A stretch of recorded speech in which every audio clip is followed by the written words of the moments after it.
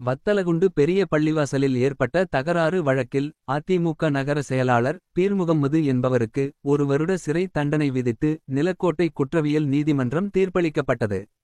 இதன் காரணமாக பரபரப்பு ஏற்பட்டுள்ளது.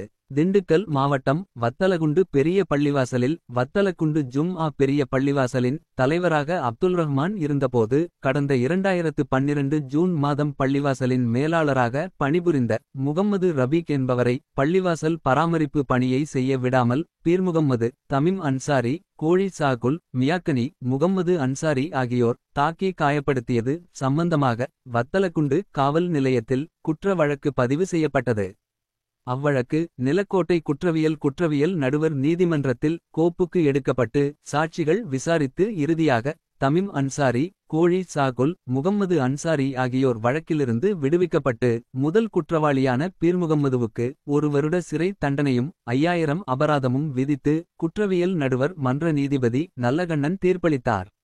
வத்தலகுண்டு அதிமுக நகர செயலாளர் பீர்முகம்மதுக்கு 1 வருடம் சிறை தண்டனை வழங்கியது இப்பகுதி அரசியல் வட்டாரத்தில் பெரும் பரபரப்பை ஏற்படுத்தியுள்ளது.